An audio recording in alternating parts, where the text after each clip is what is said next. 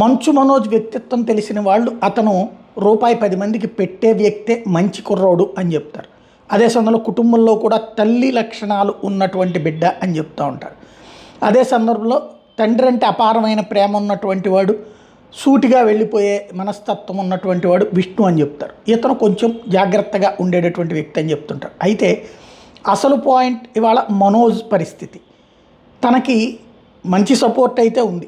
భూమా అఖిలప్రియ గారి సోదరి మౌనిక గారి భర్త అన్నదా, అది మాత్రమే ఇప్పుడు సపోర్ట్ అనుకోవాలా. ఎందుకు అంటే ఇప్పుడు తన ఏదైతే గత ఏడాది నుంచి ఉన్న ఇంట్లో నుంచి సామాన్లు బయటికి పెడతాయి. అటు 2 రాష్ట్రాల ముఖ్యమంత్రుల్ని పోలీసుల్ని అడుగుతున్నారు సాయి. ఎవరు చేస్తారు, ఎందుకు చేస్తారు? మనోజ్కి తెలియాల్సిన విషయం ఏంటంటే ఆస్తిపరంగా గొడవ కాదంటున్నారు. అదే సందర్భంలో ఆ ఇంటికి సంబంధించినటువంటి వివాదం అలాగే ఉండిపోయింది. ఇప్పుడు ఆయన మీద దాడి జరిగిందా లేదా, ఈయన కొట్టారా అంటే స్వయంగా తండ్రి కంప్లైంట్ ఇచ్చిన తర్వాత తనని కొట్టబోయారని, అది కూడా 75 ఏళ్ళు దాటినటువంటి వ్యక్తి కంప్లైంట్ ఇస్తే అతని పక్షానే ఉంటుంది. రెండవది అతను కొట్టారు అన్నటువంటి కాన్సెప్ట్ అక్కడ మనోజ్ చెప్తున్నది వాస్తవం ఎంతో మనోజ్ ఇచ్చినటువంటి మెడికల్ రిపోర్ట్ ఆధారంగా ఉంటుంది. పోలీసులు ఇన్వెస్టిగేషన్ ఇప్పుడు ఏ వైపు నుంచి వెళ్ళాలి?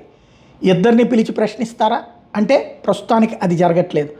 తమకు రక్షణ కల్పించమని చెప్పి మనోజు మౌనిక అడుగుతున్నారు. ఎవరి నుండి? తండ్రి సోదరుడి నుంచినా, మరి ఇంకెవరి నుంచి? ఈ అయోమయం అయితే అలాగే ఉంది. ఓవరాల్గా ఈ లీగల్ ఫైట్ ఎక్కడ దాకా ముగుస్తుంది, ఈ ఓపెన్ ఫైట్ ఎప్పుడు ముగుస్తుందో చూడాలి.